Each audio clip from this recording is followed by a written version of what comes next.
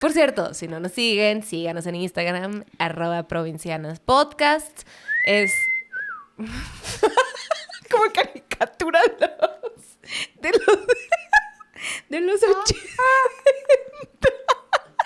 Mickey Mouse todavía no conocía el color rojo, ya sabes. Estuvo muy bonito. Me salió el alma aparte, estuvo súper entonado. Estuvo muy bien. Estuvo muy raro, pero estuvo muy bien.